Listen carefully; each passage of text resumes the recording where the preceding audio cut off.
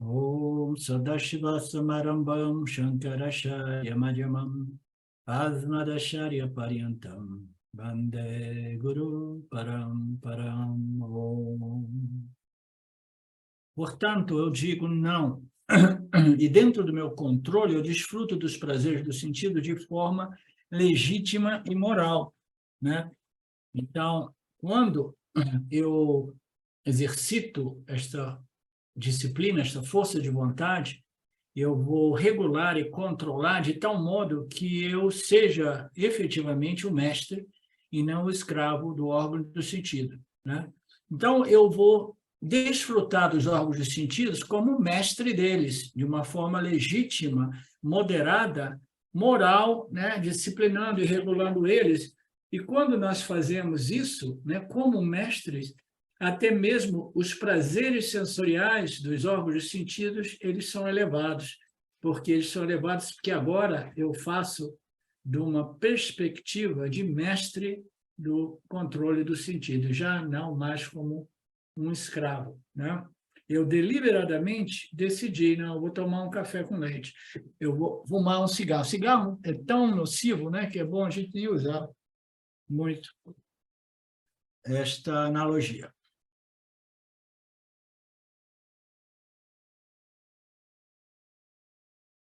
E quando eu desfruto desses prazeres dos sentidos, por força, por domínio, por escravidão,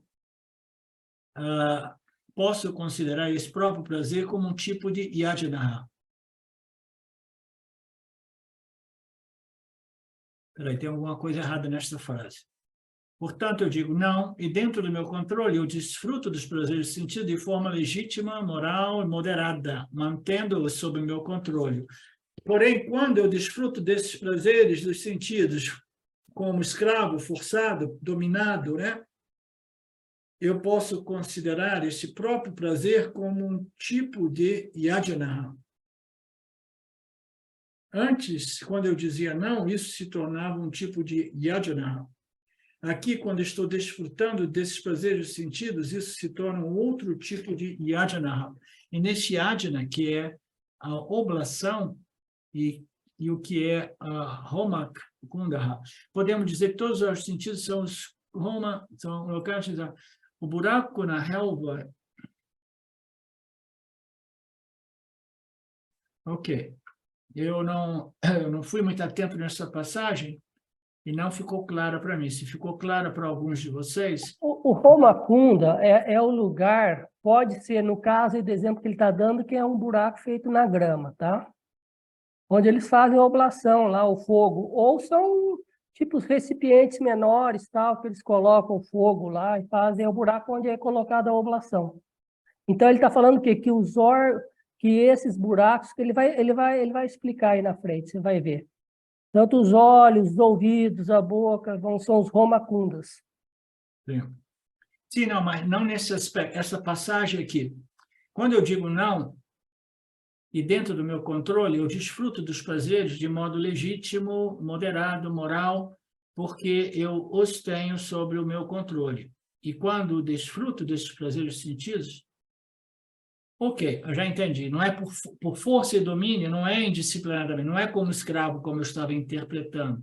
Quando eu desfruto desses prazeres dos sentidos que foram disciplinados e dominados por mim, eu considero isso também um tipo de yajna, né? Porque agora eu sou mestre dos órgãos e dos objetos dos sentidos. Então, eu estou desfrutando deles como mestre. Então, eu sacrifiquei a minha escravidão ao órgão do sentido e aos objetos, e agora, até mesmo desfrutar desses objetos é uma forma de yajna, ou disciplina. Isso. Né? Ele toma o café legitimamente, ele está no controle do café, entendeu? Exatamente. É uma Então, forma ele de... fala, ele toma oferecendo ao fogo digestivo, né? Por exemplo, lá também no Então, 24. eu me tornei o mestre, eu sacrifiquei a minha indisciplina, a minha servidão, escravidão ao café.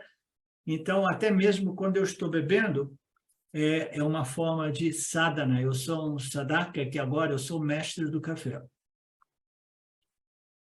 Ok. Podemos dizer que todos os órgãos dos sentidos são os homakundas. locais utilizados para cerimônias que envolvem fogo, o buraco da relva, em que está o fogo, os 5 Homakundas. Os próprios Upanishads dizem que 7 Homakundas estão lá, 2 olhos, 2 orelhas, 2 narinas, né?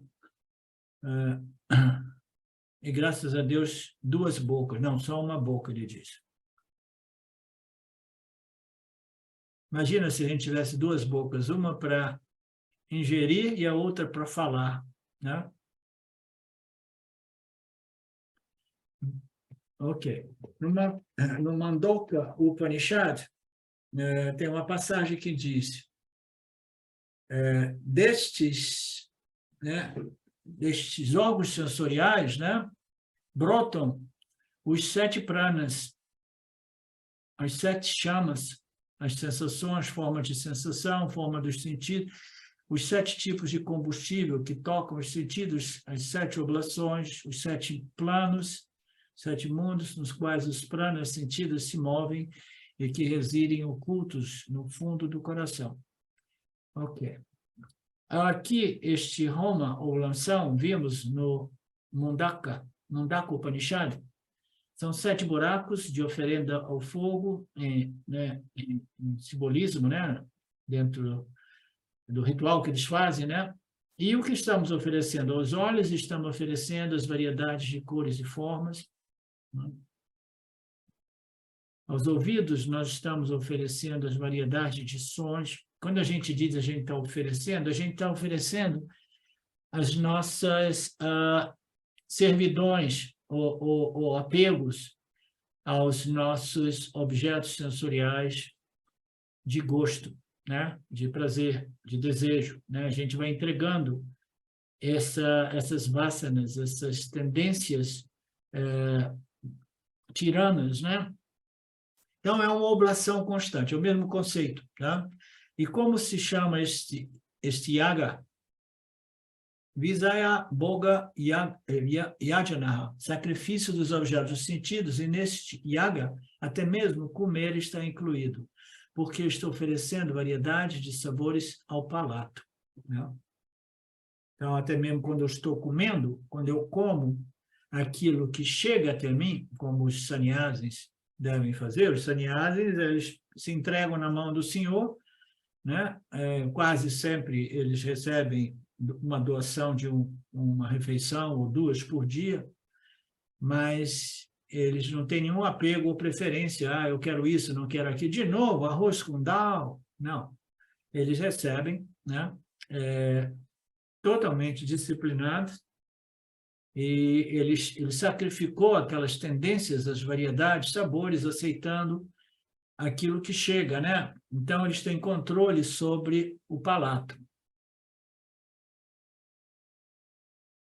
E, portanto, Bhagavan Krishna Guru nos diz, algumas outras pessoas, elas oferecem variedade de estímulos sensoriais, como o som, o toque, a forma, o gosto, né, e o cheiro. Então, todos os objetos dos 5 canais dos sentidos, né, quando ele diz que a gente oferece isso, eu estou exaltando isso para a gente compreender, não é que a gente não vai ter mais órgãos sensoriais, a gente vai oferecer e sacrificar as nossas exigências. Eu só quero cheiro assim, eu só quero som assim, eu só quero sabores assim, né? Eu só quero paisagens assim, né? Então, é esta tirania imposta pelas vasanas, né, que configuram os nossos quereres e não quereres vinculantes, é que precisam ser sacrificados. E aqui nós estamos vendo tudo isso a nível dos órgãos dos sentidos e dos objetos sentidos que a gente tem que jogar no fogo desta compreensão upanishadica, né, Védica Upanishad. Então, a gente está entregando tudo isso, entregando as nossas vasanas vinculantes. E existe uma oração diária muito bonita sobre isso. Devemos cantar aquilo pelo qual convertemos nossas experiências regulares em yoga. o Yajna.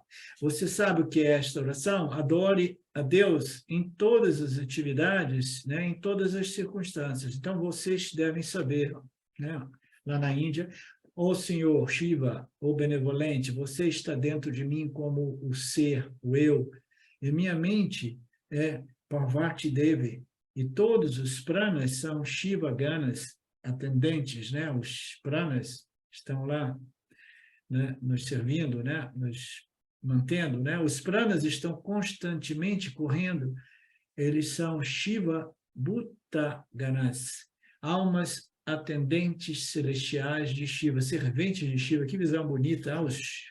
Estes ares vitais, desenhados inteligentemente, são atendentes celestiais do Lorde Shiva, que estão todo o tempo correndo para manter esse sistema, né, fisiológico, né, os sistemas autônomos, né, constantemente, né, ativos, vivos, funcionais, né, mantendo a estrutura corpo-mente viva, né?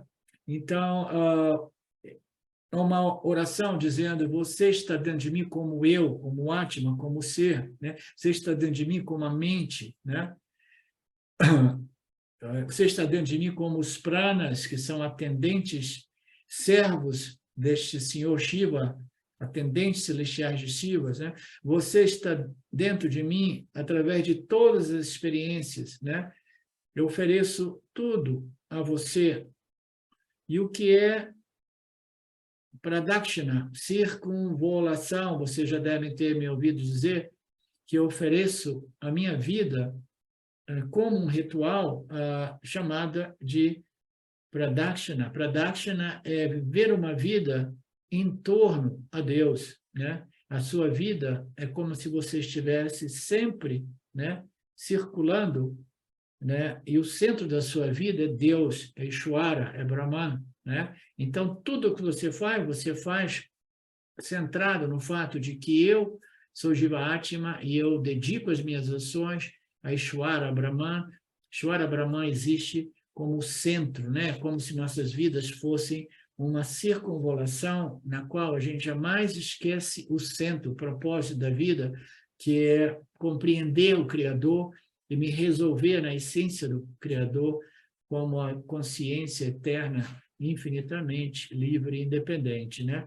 E na Índia existem esses pradakshanas, né? E o maior de todos lá em Tiruvannamalai é aquela volta de muitos quilômetros, algumas horas, em torno da montanha Arunachala, que é uma representação de Shiva, né?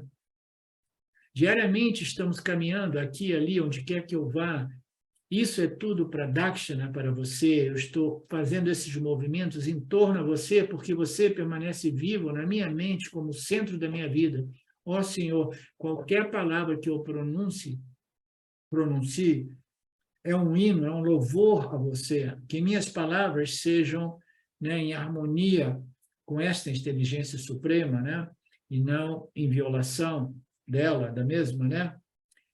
Yada yadi karma karoti tati tati akilam, né? Sambho tavara dana. Qualquer ação que eu execute, tudo isso é uma adoração e uma dedicação a você, ó Sambho. E este Aradhana é puramente por uma mudança de atitude.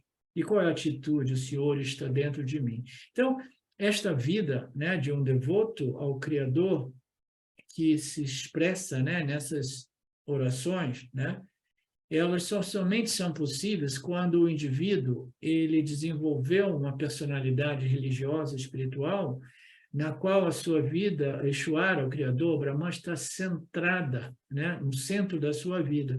Então, requer uma mudança de atitude, uma mudança de visão, de perspectiva, que comumente eu refiro como viver a vida, né, em torno a Ishvara, ou integrar Ishvara na equação da sua vida, de modo que a gente lembre e respeite, né, os princípios e leis do Lorde Criador.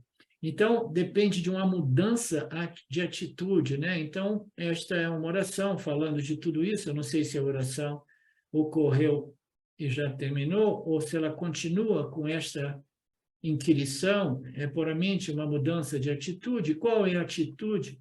O Senhor está dentro de mim, né? Então, são orações muito bonitas. E é uma mera atitude, é um fato também, porque o Senhor, ele é a consciência, e a consciência é você.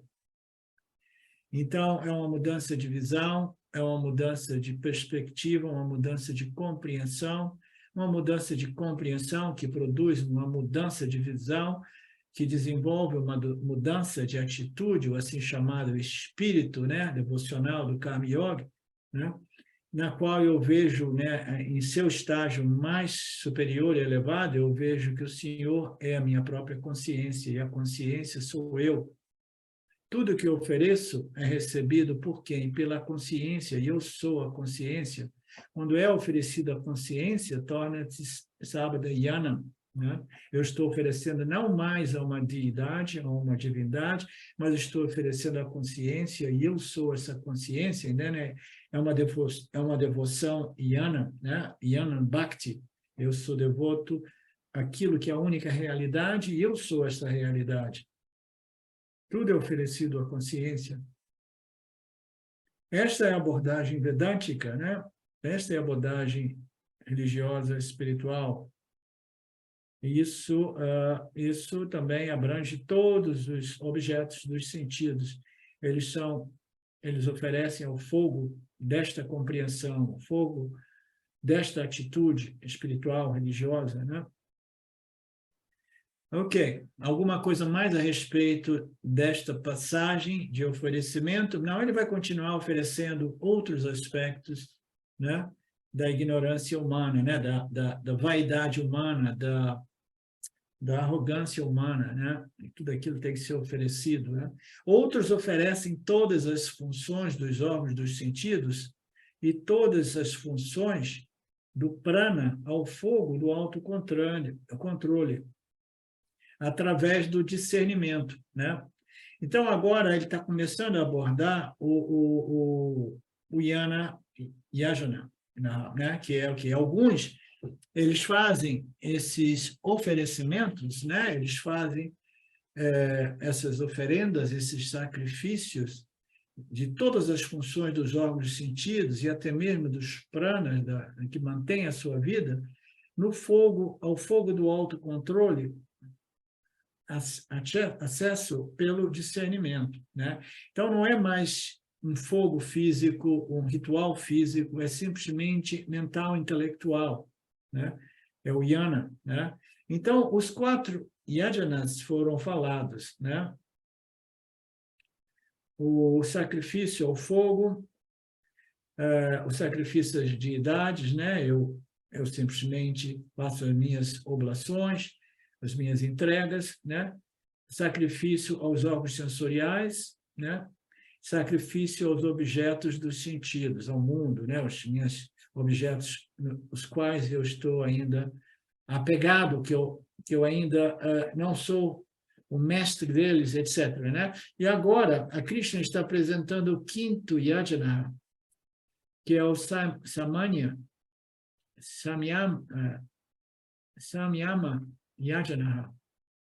Atma Samyama Maha significa disciplina mental, não é mais física, não é verbal, é mental, puramente mental, que é a disciplina mais difícil, que é o Yajana mais difícil. Anteriormente falamos sobre disciplina sensorial, que é relativamente mais fácil, porque é mais densa, mais grosseira, é mais tangível, né? Se você não pode ver a visão, uma visão horrível, né? Violenta, né? Você pode fechar os olhos, né? Aqui eu vou corrigir esse sangrante aqui. Dá uma visão violenta ou agressiva, a gente substitui por uma palavra mais doce e tal, mas... Então, se você está vendo uma coisa que não te agrada, você pode fechar os olhos. Se você está ouvindo um barulho horrível, você pode também botar um tapinho de ouvido, né? uma coisa para fechar o ouvido, diminuir a passagem do som, né? Ou você pode sair desse lugar. Ah, está muito barulhento aqui, eu vou passar, né? Vou passar o dia fora. Por quê? Ah, porque tem uma construção aqui que começou, eles vão trabalhar até meio-dia, então vou passar amanhã fora. Eu botei, né, o tapo de ouvido, mas ainda assim... Mas a disciplina mental é a mais sutil, a mais difícil. Não existe nenhum instrumento sensorial que eu possa fechar, e eu não posso me afastar, porque onde eu vou, eu carrego a minha mente comigo, né?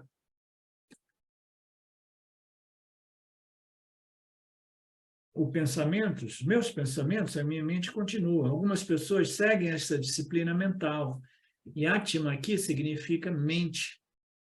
Samyama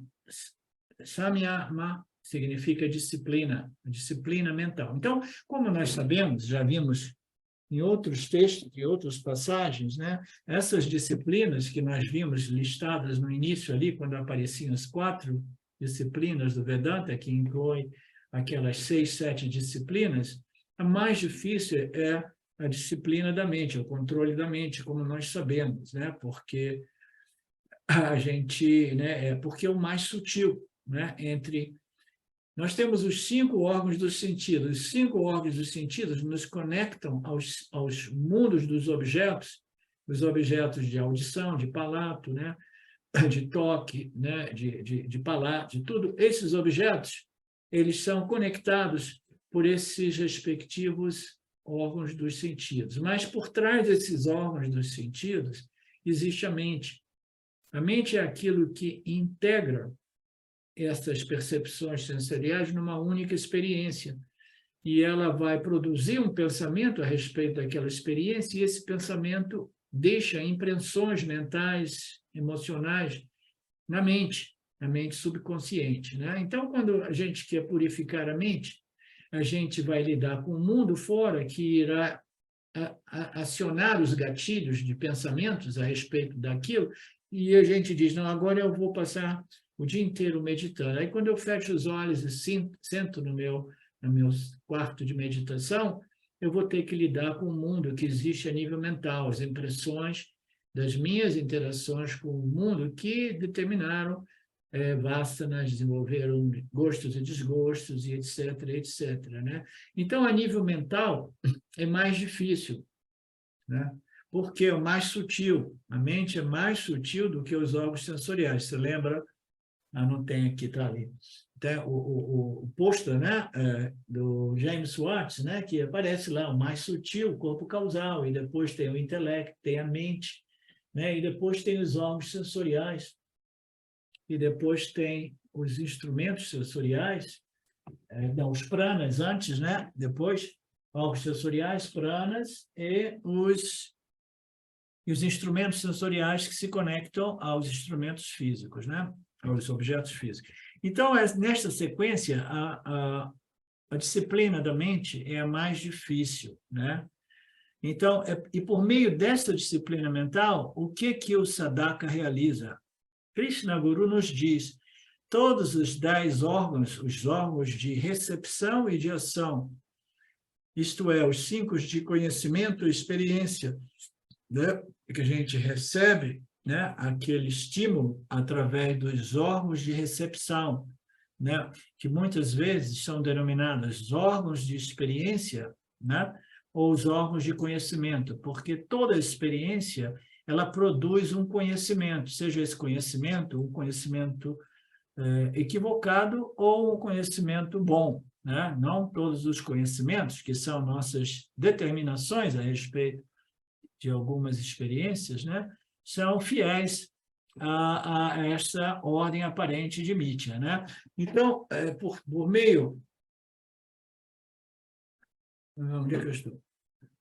É mais difícil. Então, por meio dessa disciplina mental, o que o sadhaka irá realizar, né? Nós temos esses 5 órgãos de ação, 5 órgãos de recepção, e nós temos a mente, né? Aqui. Espero que você se lembre, os 5 órgãos de ação, os 5 órgãos de recepção, tá? Esses são chamados os 10 Indriyani, né? Os 3 órgãos dos sentidos, né? Agora, esses 10 órgãos de sentidos são órgãos de sentidos que eles vão procurar os objetos, seus respectivos de objetos, né? Seja através da ação ou do recebimento, né? A recepção, segundo as suas vasanas, né? Então, eles são órgãos dos sentidos, fundamentalmente, mecanicamente, se conectando com os objetos de gosto e desgosto, né? Então, são órgãos dos sentidos disciplinados, não refinados, né? Selvagens, incultos, indomáveis, né? Então, se nós vivemos a vida governados por essas vasanas, né? A gente vive a um nível mais animal, né? Então, a gente precisa refinar tudo isso. Em Kathopanishad,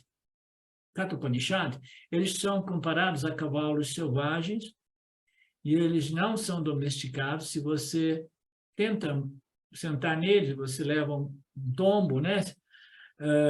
Você tenta conduzir ele para a direita, ele vai para a esquerda. Então, você não tem controle nenhum desses órgãos dos sentidos. E como é que você vai obter este controle, né?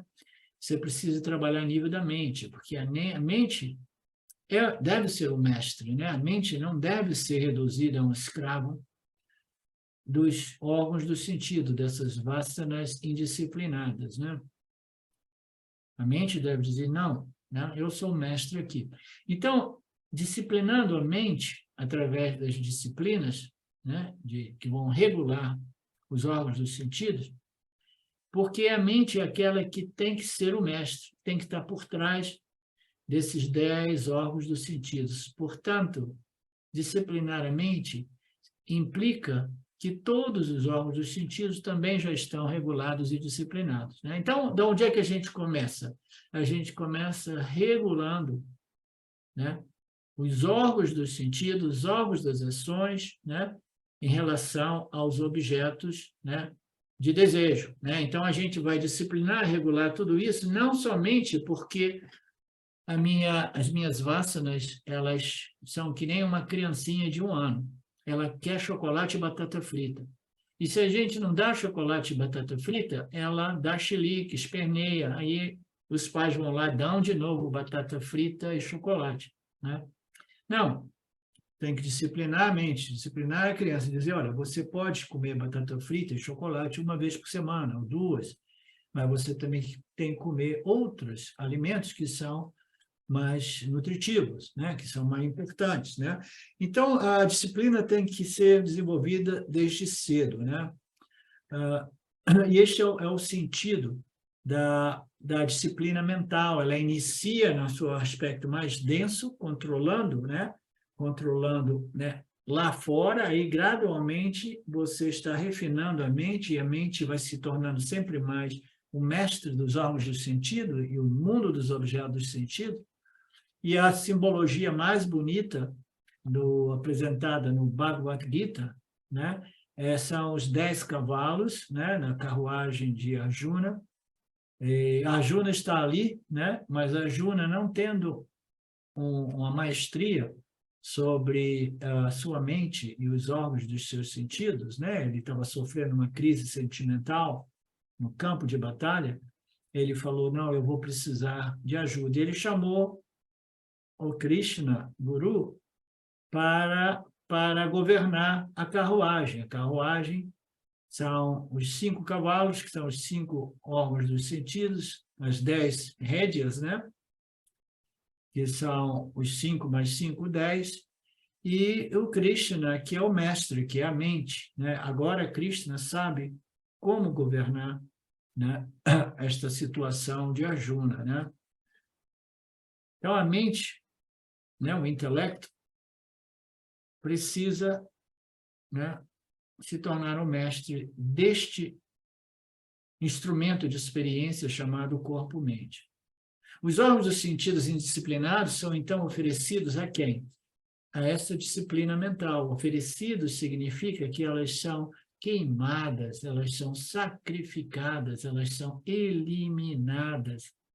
Elas são sacrificadas, significa o quê? Que elas são convertidas em órgãos sensoriais disciplinados né, regulados, órgãos sensoriais que agora trabalham para a minha elevação espiritual, ao invés de me destruir espiritualmente, porque eu estou vivendo uma vida totalmente governada pelos prazeres sensoriais, aquilo que são ditados por minhas vássanas infantis, né?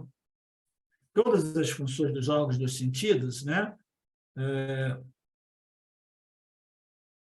De todos os 10 órgãos dos sentidos, Atma, Samyama, Yoganau, todos eles são destruídos, sacrificados, são convertidos, né? Neste controle, neste equilíbrio, né? Nesta maestria a respeito da vida, né? A maestria a respeito da minha mente inconsciente, né? De modo que eu consigo ser um mestre deste instrumento de conhecimento e experiência, né? Então, o que eu vou sacrificar? Eu vou sacrificar esta ignorância cósmica, né? Que faz de mim um escravo das minhas vássanas de desejos por objetos de prazeres sensoriais. Eles são sacrificados no fogo desta disciplina oferecida pelo Krishna Guru. É por isso que a disciplina da mente se torna mais difícil e mais importante.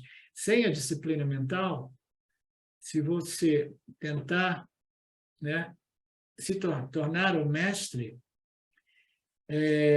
essa é a disciplina sensorial, ela só funciona temporariamente. Então, quando a gente não chega no nível de trabalhar a purificação da mente, né, a gente só consegue disciplinar os órgãos dos sentidos, né? A gente consegue manter controle e regulação dos órgãos dos sentidos, mas somente enquanto a gente estiver fazendo um esforço de vigilância, né? No momento que a gente suspende o esforço, né? Aí os órgãos dos sentidos, o que eles fazem? Eles correm para os seus objetos de desejo. Aí vai, putz, esses caras, esses órgãos dos sentidos, eles nunca aprendem, né? Eu tenho que ficar, né, meditando, fazendo a minha sadhana todo dia, porque senão dá encrenca, né? Então, você precisa chegar num ponto de trabalhar a mente, né, no nível mais sutil, de modo que ela realmente consiga regular e disciplinar os órgãos dos sentidos subconscientemente, né? Sem purificar, disciplinar a mente, né? Você vai tentar fazer isso, mas vai ser como os pais tentando controlar os filhos. Eles nunca conseguem controlar por todo o tempo. Tem que ficar lá vigilante, olhando, fazendo isso e aquilo, mas quando você menos espera, os filhos te enganaram, né? Porque os filhos são vítimas dos gostos e desgostos. Eu já contei uma historinha interessante no tempo que eu morava na Índia. O meu filho era muito criancinha ainda, né? Eu morava num apartamento e a gente se revezava, né? Ah, deixa as crianças comigo hoje, amanhã. Então, segunda e terça ele fica comigo, depois fica com você, depois fica... A gente se revezava assim, as crianças adoravam. Então, tinha 2, 3 casas. E comigo eu dava duro, né? Eu dizia, não, criança comigo vai ter que comer de tudo. Eu preparo o feijãozinho, arroz, eles não gostam de verduras e legumes, eu boto tudo dentro do feijão.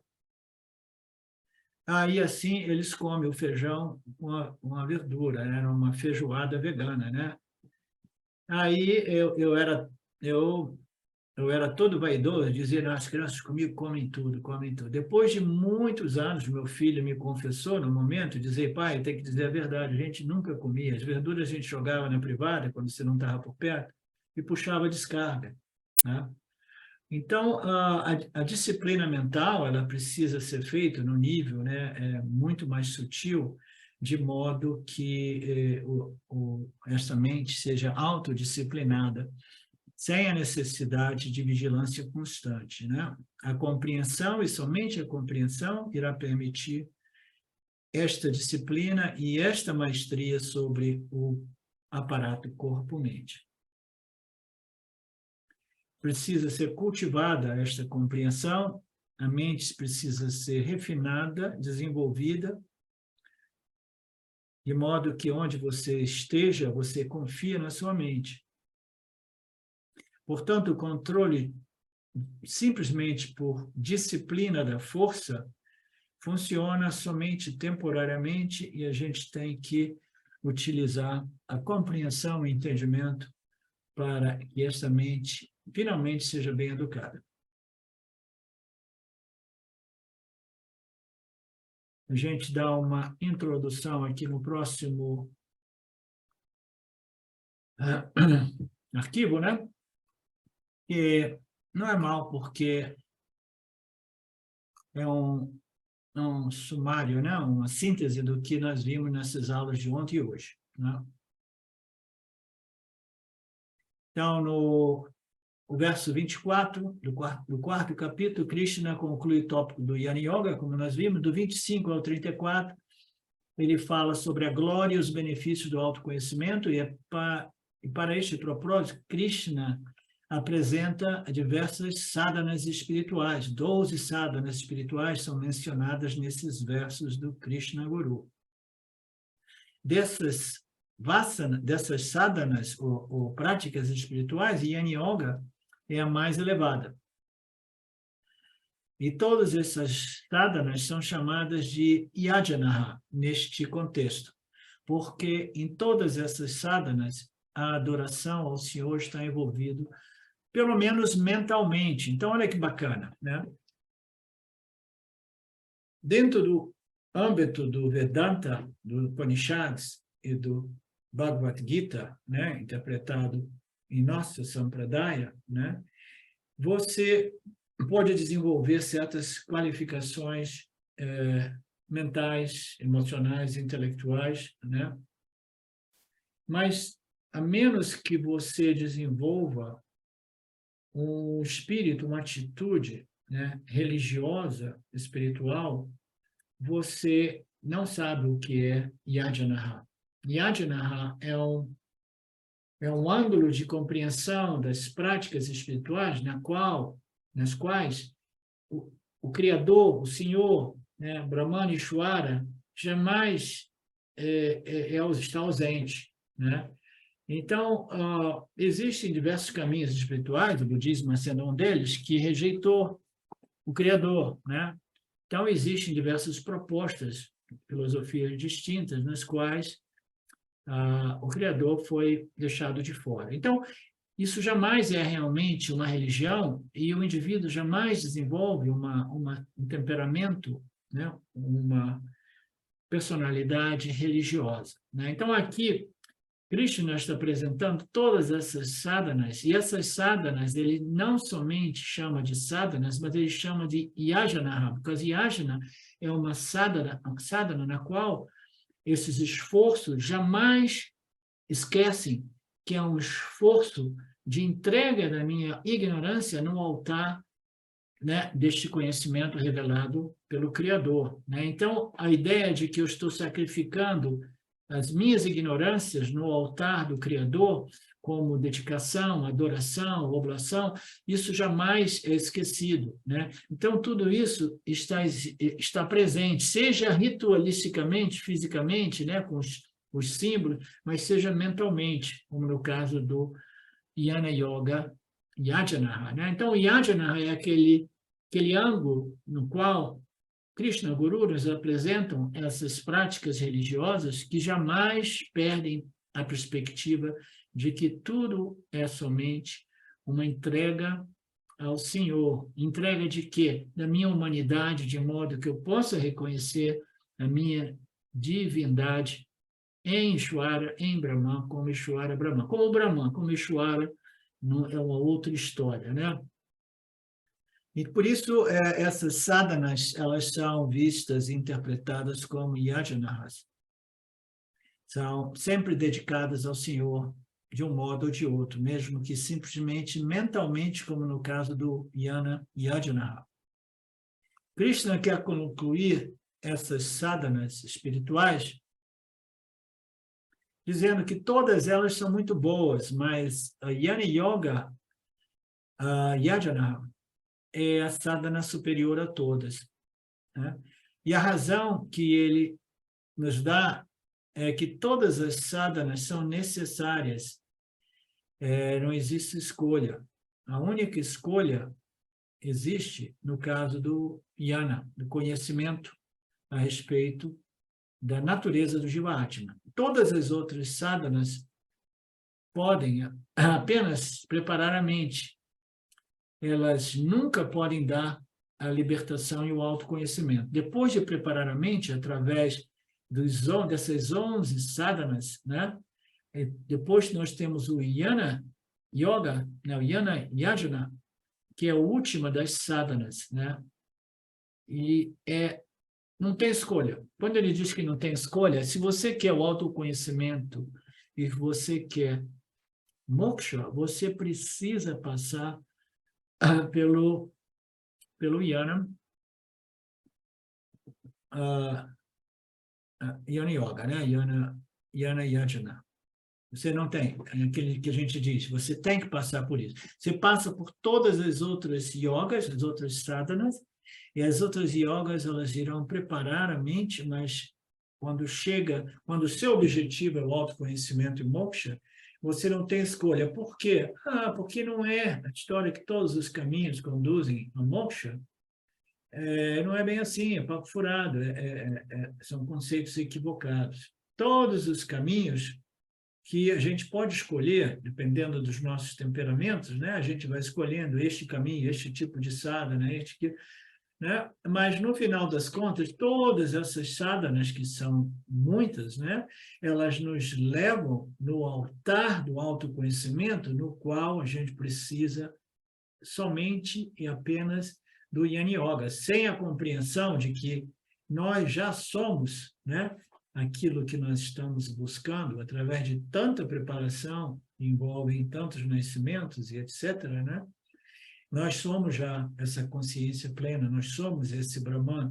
Então, isso só pode ser obtido através do entendimento, através da compreensão, sob a luz dos ensinamentos dos Upanishads, né? Então, é isso que ele está querendo dizer aqui. Todas as outras sadhanas, outros yajanas, né? Elas preparam, mas elas não produzem o autoconhecimento diretamente. E assim, o jnana é chamado de saksati, moksha karanam, a causa direta da libertação. E todas as yogas que envolvem ações e seus resultados, né? Eles são chamados de parampara moksha karanam, a causa indireta da libertação. Então, aqui e ali a gente vai dizer, você faz isso e isso, que isso te conduz a autoconhecimento e libertação. A pessoa pensa, ok, então agora eu vou seguir esse caminho e vai te conduzir numa estação mais próxima do autoconhecimento e da libertação, né? Ela é uma causa indireta. Sem essas passagens intermediárias, essas sadhanas intermediárias, a libertação e o autoconhecimento é simplesmente uma fantasia, né? Você precisa de passar por tudo isso. Eles podem ajudar. Todas essas sadhanas, né, indiretas, que vão conduzindo você no altar do Jnana Yoga, né, elas podem ajudar, mas apenas indiretamente. Marcelo, eu vou dizer uma coisa para você, quando você fizer essa revisão sua das traduções, antes de passar para mim fazer a minha, existe uma palavra em inglês que eles utilizam frequentemente. Eles dizem, o Jnana Yoga alone, né, pode te levar ao moksha. Alone, alone, alone. Alone significa sozinho, ok? É somente, ou apenas também, né? Pelo Apenas somente. Porque sozinho, porque alone é sozinho. Quando você está só, você é somente você, né? Mas na língua portuguesa é mais claro. Na inglesa, quando se fala tudo é Brahman e Brahman alone, né? Tudo é Brahman e Brahman alone. Quando a gente traduz literalmente em português, tudo é Brahman e Brahman sozinho, né? Então, fica meio, não tem a conotação do inglês, porque no inglês o alone imediatamente é somente, mas no português pode dar margem à interpretação equivocada. Tudo é Brahman e Brahman somente Brahman, e Brahman apenas. Então, eles podem ajudar apenas indiretamente. E o Yana irá ajudar diretamente, irá te conduzir diretamente. Krishna dirá no final: ó Arjuna, Yajna é superior às outras yajanas, envolvendo os materiais. Ó Arjuna, toda ação, sem exceção, culmina em conhecimento. Então, aqui ele apresenta duas noções, né? Que a Yana superior, o Yajna superior é o Yana, é superior a todas as outras yajanas que envolvem ações e experiências. Resultados são experiências que envolvem, né, rituais, entre outras coisas. E até mesmo o controle mental, ele não produz moksha, ele prepara a mente para o autoconhecimento, e moksha, ele produz um resultado que é uma condição mental mais satívica, né?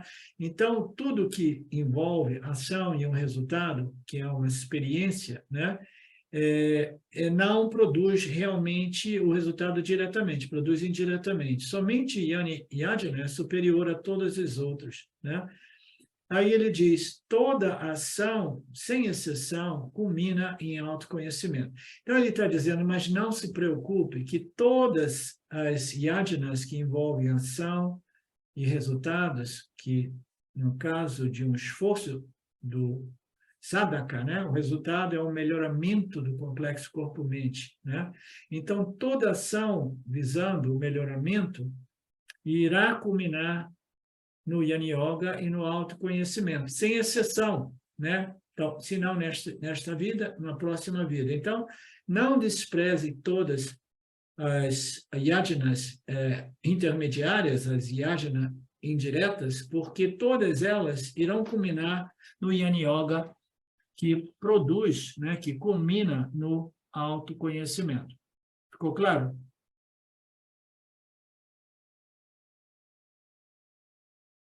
Portanto, comparado a todas as outras sadhanas, o Yana Yoga é o superior. Maior também a gente substitui superior. Maior porque ele fala greater, não, é o superior. Maior é um pouco estranho na língua portuguesa. Eu notei, ontem eu estava conferindo, ele utiliza greatest, seria o melhor, né? O mais superior. O Yana Yoga é o superior é o mais melhor, como eu diria, né? Qual foi a palavra que você usou? Eu conferi ontem, ele utiliza várias vezes greatest, seria melhor. A tradução, pelo menos, tem conta com Greatest é o melhor, isso. ou é o superior. Eu gosto mais de superior, mas você pode colocar o melhor também, tá? Comparando a todas as outras sadhanas, o Yana Yoga é a melhor, ou a superior a todas, né? Porque todas as outras sadhanas podem trazer uma pessoa apenas para o Yana Yoga dos Upanishads, né? Aí, o pessoal que não compreendeu ainda isso, né? Eles se ofendem um pouco, né?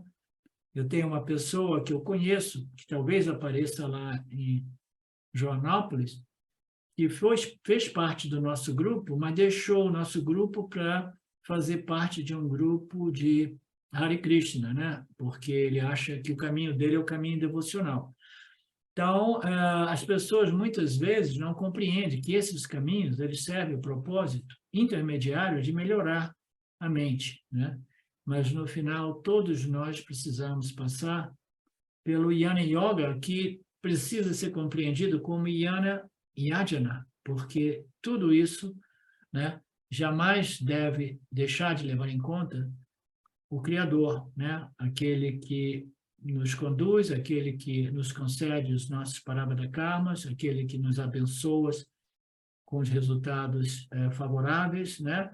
Aqueles que nos dão a opção de correção com resultados desfavoráveis, né? E tudo isso. Então, a visão, a perspectiva de Ishvara e de Brahman nos faz pessoas religiosas espirituais que não somente praticamos uma sadhana, né? Seja ela a Jnana Yoga ou qualquer outro Karma Yoga ou outro yoga, mas faz de nós uma pessoa religiosa, espiritual, um sadhaka, que pratica o Jnana Yajna. E para a preparação, você precisa escolher uma sadhana ou diversas sadhanas, né? Assim, temos escolha em relação às sadhanas de preparação da mente, mas não temos escolha em relação às sadhanas que conduz a moksha.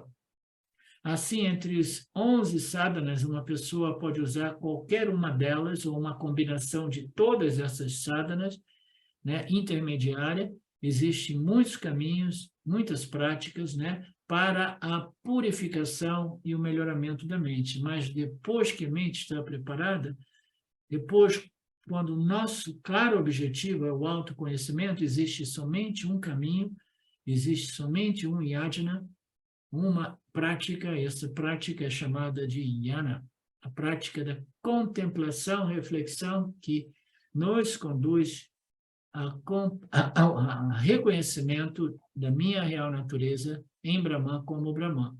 E como todo mundo tem que um dia, nesta vida ou em outras vidas, chegar no Jnana Yoga, mais cedo ou mais tarde, né? Em vez de uma vez ou outra, eu troquei para mais cedo ou mais tarde, né? A gente nunca sabe, né? Então, Jnana Yoga é a yoga superior. Esta é a essência dos versos 25 a 34. Ok? E aqui eu encerro a aula para que vocês possam cuidar do almoço e eu possa cuidar do meu almoço aqui também, que ainda precisa ser preparado. Om Purnamada Purnamidam Purnamudachyate Purnasya Purnamadaya Purnameva Vashishyate Om Shanti Shanti Shanti. Namastê. Obrigado a todos vocês.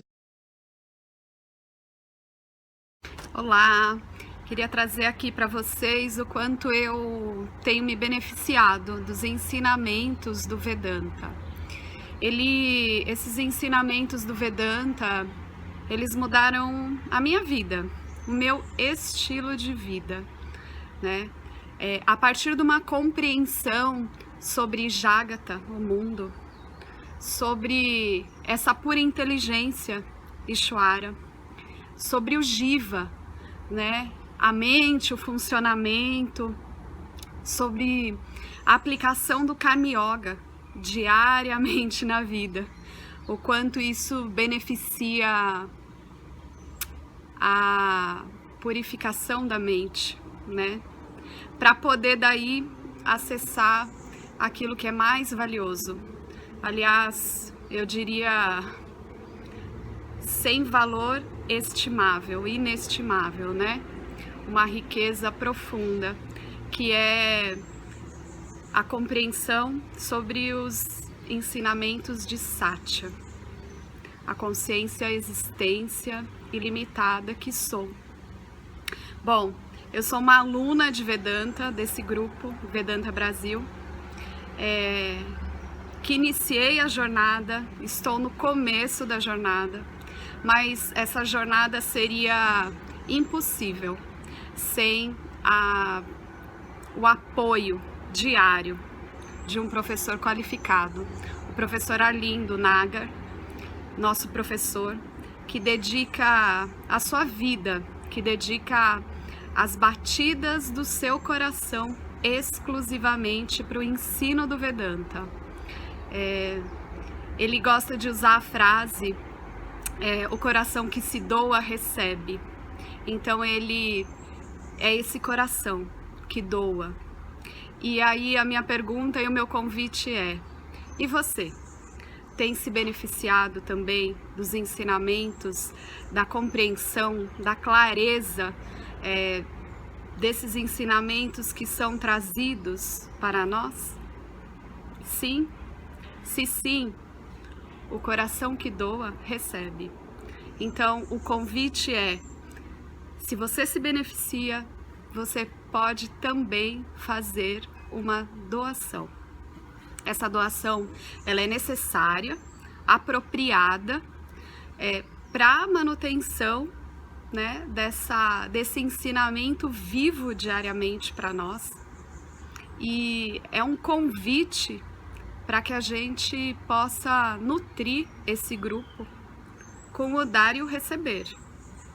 E se você se beneficia, tenho certeza, qualquer valor mensal é suficiente.